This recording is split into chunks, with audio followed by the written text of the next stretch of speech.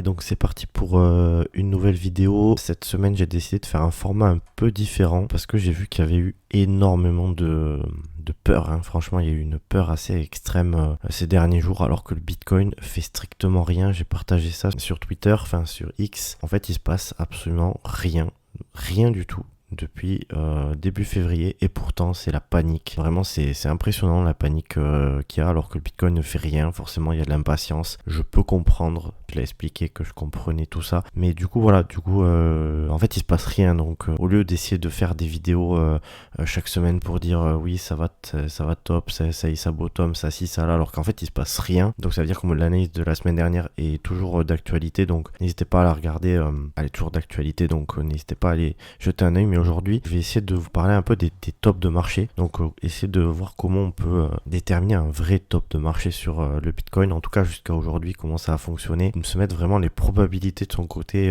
pour se dire, ok, là, on est peut-être sur un top de marché. Alors que finalement, quand on est sur Twitter, on a l'impression qu'il y a des tops partout. Mais c'est normal, c'est aussi le jeu. Chacun donne son avis, etc. Je vais vous donner un peu mon avis ici. Donc, déjà...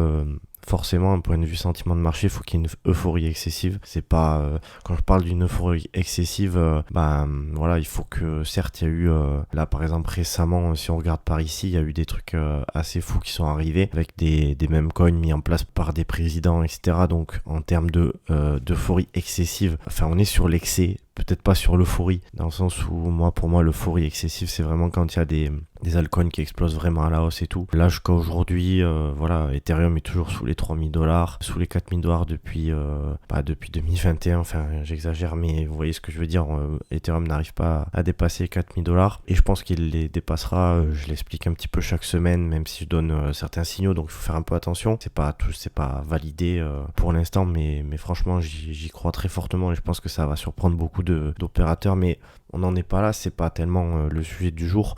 Bref, ce que je veux dire, c'est que l'euphorie excessive, pour l'instant, quand on regarde la dominance, du coup, si je prends l'exemple de la dominance, la dominance voilà, sur la dominance, voilà, on est ici sur les niveaux de 2021, on n'est pas sur vraiment quelque chose d'excessif, vous voyez, en 2021, on avait dépassé largement les niveaux de 2017, et je pense que cette année aussi, même si certains parlent de dilution, etc., je l'entends, je comprends, mais tout de même, la dilution a quand même fait qu'on a pu avoir tout ça. En fait, je pense que si on pète ces niveaux, ça va quand même aller chercher bien plus haut qu'en 2021. Bon, voilà, après ça n'engage que moi, de toute façon, tout ce que je vais vous dire ici n'engage que moi. Je reviens sur ce graphique, mais vous avez votre esprit critique, à vous de voir si ce que je dis vous paraît être intelligent ou non. Donc voilà, euphorie excessive, structure baissière. Donc le structure baissière c'est quoi? Ça je vais y passer un petit peu de temps. En fait finalement une structure baissière c'est soit un M-top, quelque chose de ce style avec creux, sommet, descendant, soit c'est un peu de la même manière entre guillemets, on commence à faire ce genre de choses et puis hop on va chercher les creux ici et finalement ça montre que les vendeurs ont la possibilité de reprendre la main. J'ai bien dit ont la possibilité parce que c'est pas une obligation, c'est à dire que derrière le marché peut totalement repartir au-dessus du dernier sommet, auquel cas ce top est invalidé. Et ça arrive. Donc en fait, on va voir un petit peu en image à partir de maintenant de suite. Voilà, on va voir depuis 2011 à peu près, je sais plus, voilà. Donc par exemple ici, top de marché, excessivité. Est-ce qu'on est sur une excessivité? Bah oui, on voit bien que là il y a eu une énorme hausse. Excessivité, on commence à avoir une dynamique avec des creux, sommets, descendants. Donc ce que j'expliquais juste avant, un top, hop, creux, sommet, descendant. Comme on est en hebdomadaire ici, j'explique aussi, oui, j'aime pas forcément expliquer que, en fait, pourquoi je me place en hebdomadaire, parce que sinon, en fait, les faux signaux sont assez importants. Je trouve que c'est assez intéressant, même si je présente chaque semaine le cours du Bitcoin en daily aussi, parce que c'est intéressant au niveau de mon indicateur Trendix dont je te parlerai après, mais vraiment en hebdomadaire ça permet de vraiment enlever beaucoup de bruit, donc ça c'est vraiment quelque chose que je te recommande de mettre en place. Donc voilà, du coup je reprends un petit peu mon explication, excessivité, oui, on commence à avoir je vais y arriver. On commence à avoir des creux et sommets descendants ici, tac. Et d'ailleurs, vous voyez bien que c'est quand la structure change que derrière, on repasse en tendance haussière. Hop, on repasse et on augmente. Donc voilà, du coup, dès qu'on a ce signal ici, là, ce genre de choses, c'est pas positif en hebdomadaire historiquement. Et ici, on a vraiment une excessivité, tac. Enfin, quelque chose d'excessif, je sais même pas si ça dit une excessivité, bref. Vous voyez ce que je veux dire? Par exemple, donc ici, pas de signe de top.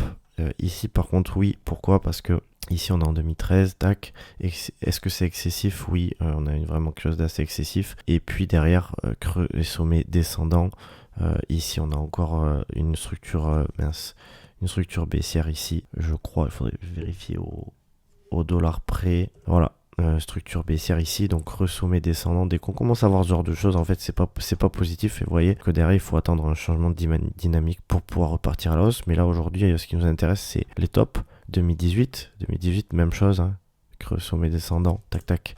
Ici, hein, c'est le top, il est surtout là. Donc, excessivité, oui, toujours, enfin, quelque chose d'excessif, c'est toujours pas si ça se dit. Et donc voilà, du coup vraiment excessif. Là ici on avait vraiment quelque chose qui avait vraiment explosé à la hausse enfin au niveau des altcoins et tout, c'était hyper excessif. Donc voilà. Ensuite 2021, top de 2021.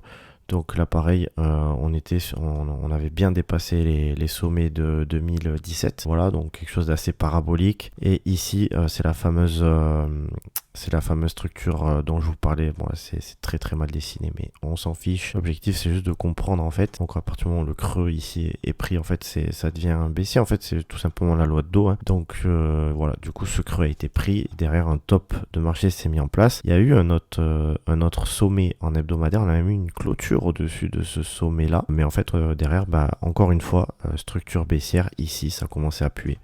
Voilà.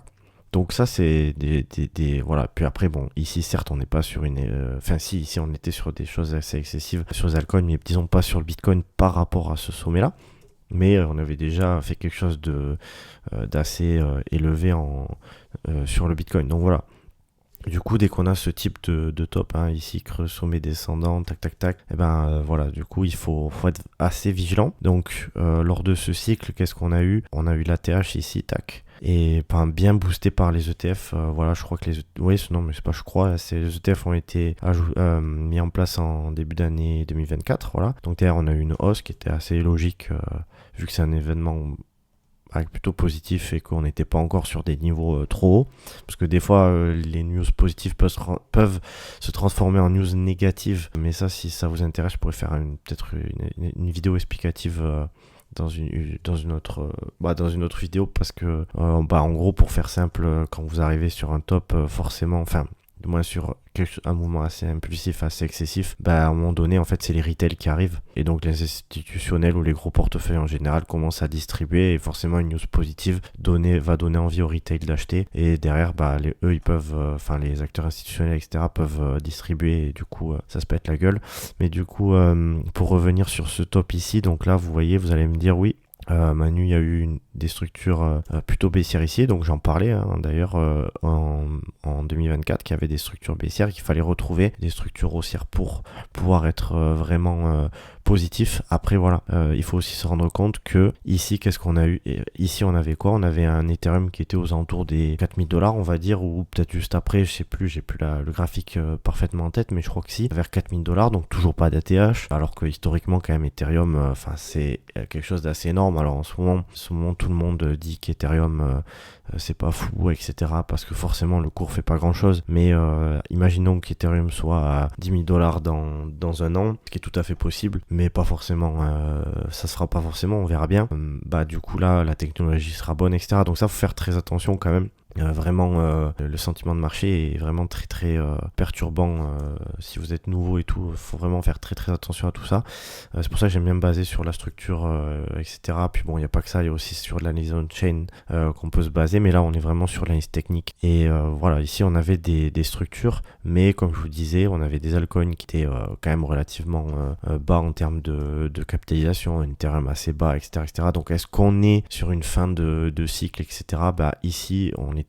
Bon, maintenant c'est facile de le dire, mais si vous regardez les vidéos que je disais à l'époque, j'expliquais que il fallait absolument péter les 70 000 $ et pour retrouver une dynamique haussière, mais que voilà, c'était probablement qu'une période de latéralisation quelque part avant de repartir. Finalement, le top, ce top là, il y a eu un top assez, il y a eu une période de latéralisation assez longue ici, de plus de à peu près 240 jours on va dire. Donc ça c'est long avec des structures baissières qui montrent bien que le Bitcoin va pas encore repartir à la hausse. Mais derrière, voilà, il y a eu une confirmation, une validation et pof, c'est reparti. Et mine de rien, comme je vous ai déjà dit, c'est pas la vidéo du jour, mais mine de rien ici, changement de structure, bah c'est un bottom en fait. Donc quelque part ici, changement de structure, hop, c'est un bottom aussi. C'est ce genre de choses qu'il faut aussi savoir analyser. Et puis derrière, je vous disais, du coup, bah pour l'instant, donc avant de finir avant d'aller sur Trendix en journalier.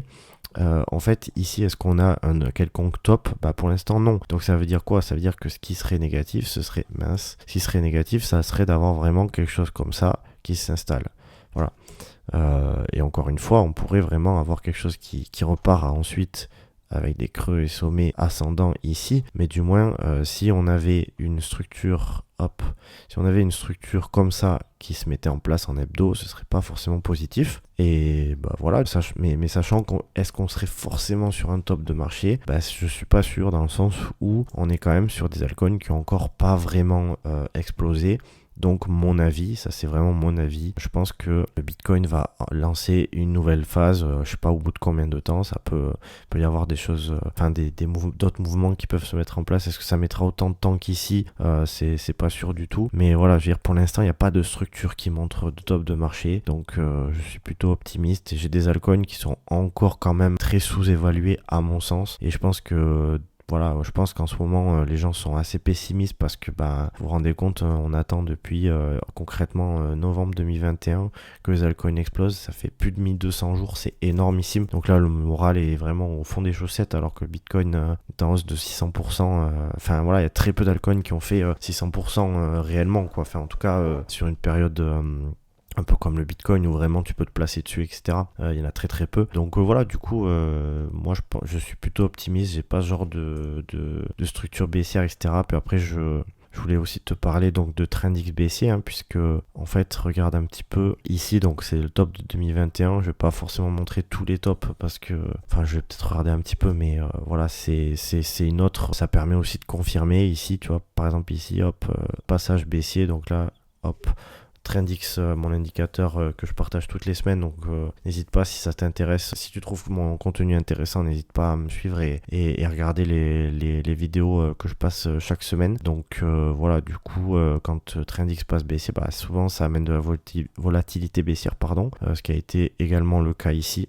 Donc très très très largement baissier pendant toute cette période 2022. Donc voilà, c'était très intéressant, je pense, d'avoir aussi Trendix pour se dire que là, par exemple, en hebdomadaire, je t'avais dit quelque chose d'assez négatif ici, je sais pas si tu te rappelles en début de vidéo, et en plus Trendix passe baissier, donc ça fait une petite confirmation que c'est pas positif. Et puis derrière, voilà, bon, c'est en termes de signal, c'est assez intéressant. C'est pas toujours parfait, c'est pour ça qu'on fait différentes manières. On essaie de regarder un peu, comme j'ai dit, l'euphorie excessive, on essaie de regarder un peu la structure en hebdomadaire, la structure sur Trendix en daily qui permet de vraiment d'avoir des signaux très intéressants.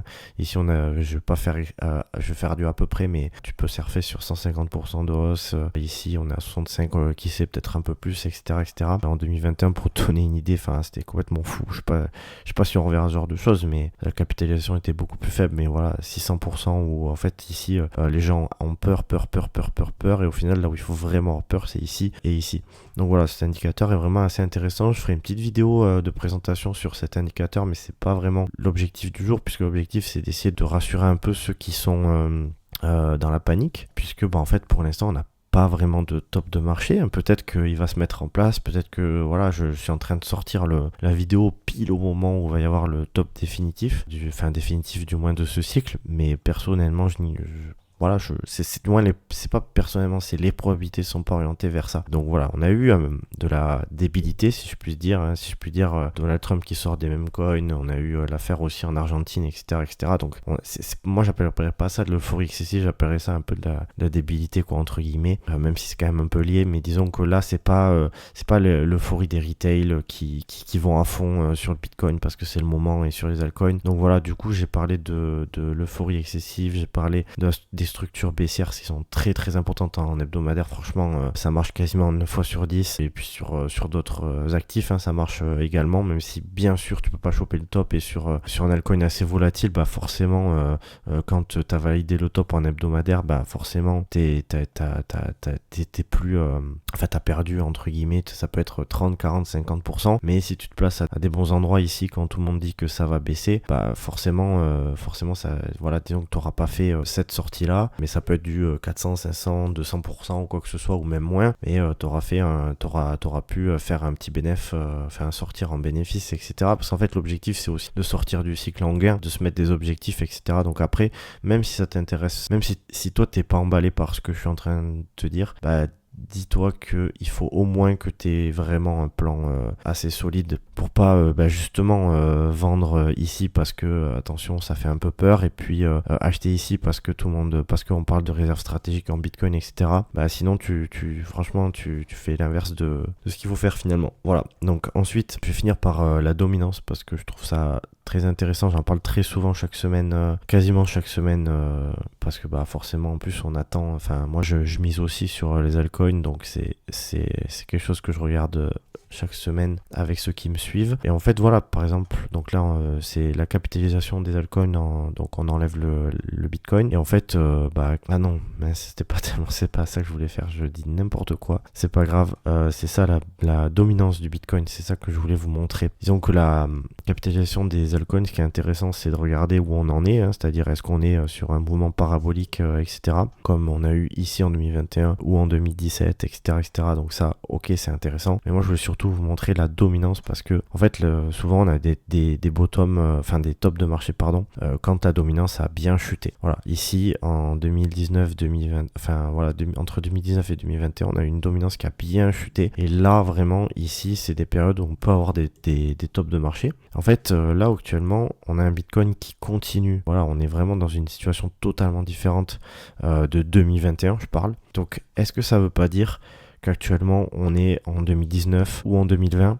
Bah, peut-être qu'en fait, peut-être que le cycle se rallonge, peut-être que les choses vont être un peu différentes de d'habitude, peut-être que le Bitcoin va capter beaucoup plus les capitaux que sur les précédents bull runs. Donc, ça, on peut pas vraiment savoir. Mais en tout cas, ce qui est, entre guillemets, pas certain, mais disons, souvent, en fait, les mecs c'est assez logique quand tu fais des bénéfices sur le Bitcoin. Bah derrière, tu vas essayer d'allouer un peu de risque. Tu vois, admettons, t'as un portefeuille, mais souvent c'est des portefeuilles bien plus gros dont je te parle. Mais admettons, t'as un portefeuille de 10 000 $, on va dire. Tu t'arrives à faire un bon bénéfice. Enfin, en fait, je vais prendre un autre exemple. Tu vois, t'as 1 million de dollars. Et tu fais un bon bénéf, tu arrives à faire 50%, 100%, allez, soyons fous, 100%, tu as fait x2, donc tu as 2 millions de dollars.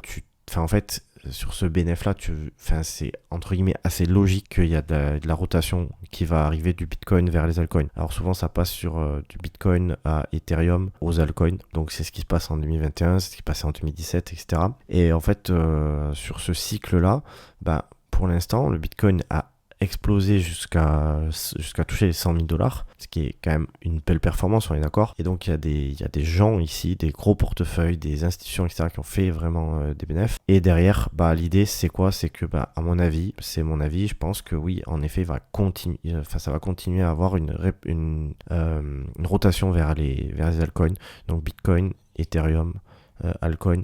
Après, peut-être que Ethereum altcoin sera un petit peu plus ensemble cette fois-ci. Je sais pas, parce qu'il y a déjà des altcoins qui font mieux qu'Ethereum jusqu'à maintenant. Donc voilà, peut-être ce sera un peu différent. Mais en tout cas, la rotation vers des capitalisations plus faibles, pour moi, j'y pense vraiment. Donc voilà, moi je pense plutôt que il faudra essayer de voir si on a un top de marché dans cette zone ici, voir si jamais on arrive vraiment à péter ces niveaux-là, voir dans une zone par ici, quoi. Voilà. Donc ça, c'est vraiment ça, ce serait vraiment la cerise sur le gâteau qui serait déjà bien remplie, j'ai envie de dire. Donc voilà, j'ai à peu près tout dit sur ce que je pensais, et bien sûr je voulais rajouter que forcément cette rotation là elle est encore plus envisageable dans le sens où en plus de ça il y a des ETF qui vont être mis en place sur les cryptos, sur les altcoins. Donc voilà, ça peut aussi partir de là, s'engager sur du XRP, du Solana, du Dogecoin. Je sais pas ce qu'il y a d'autre exactement qui est à l'étude, mais je pense qu'il peut y avoir vraiment voilà quelque chose qui peut être lancé comme ça sur les altcoins. En fait, tout simplement en fait déclencher une mèche, enfin une flamme sur les altcoins et puis derrière ça s'embrase entre guillemets. Donc voilà, du coup t'as un peu toute l'idée, le schéma que j'imagine, mais vraiment l'une des choses les plus importantes pour moi c'est vraiment la structure. On est sur mon graphique ici, donc voilà l'euphorie excessive, mais c'est surtout les structures baissières qui sont vraiment les plus importantes pour moi en hebdomadaire. C'est-à-dire une structure baissière, c'est pas forcément positif, surtout après une euphorie excessive. Donc là oui, forcément on peut se dire qu'il y avait une euphorie excessive parce que il y a quelque chose il y a eu une hausse très importante, mais est-ce qu'on peut parler d'euphorie excessive avec des altcoins qui avaient si peu performé? Pas forcément. La preuve en est, c'est qu'on a été beaucoup plus haut, peut-être grâce à Donald Trump, peut-être grâce à des réserves potentielles en crypto, etc. Peut-être, mais en attendant, ça a quand même été le cas. Donc disons que maintenant, à partir du moment,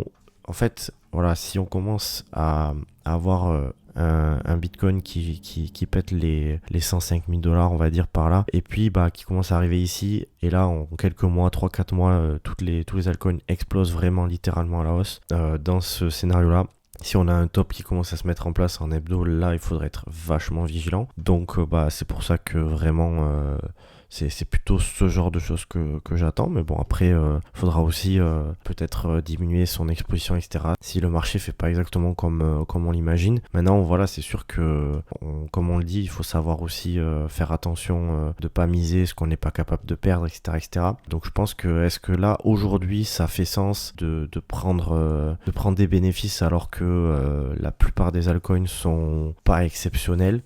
Ça c'est une question que je pose et il n'y a que toi qui peux y répondre. Parce que voilà, est-ce que tu es venu sur ce marché pour sortir maintenant? Peut-être que oui, hein, mais peut-être que non. Alors après, bien sûr, si t'es que sur des gros shitcoins, que t'as pas, tu vois, par exemple, moi je recommande de miser plutôt sur les altcoins les plus hype d'un écosystème, d'un secteur. Par exemple, je dis n'importe quoi, une science artificielle, Bit1Sort par exemple, des choses comme ça. Essayer de faire un peu attention à ne pas trop risquer dans une période où on n'est pas sur un risque ultra... Enfin, les gens ne risquent pas énormément en ce moment. Pour l'instant, c'est un fait. Par contre, ici, dans cette période, risquer un peu plus, ça a un petit peu de sens. Quand je dis risquer un peu plus, c'est, admettons, si tu veux jouer un peu avec quelques altcoins, parce que par ici, t'as des altcoins qui font du x1, x2, du x2, pardon, x3, etc. en très peu de temps.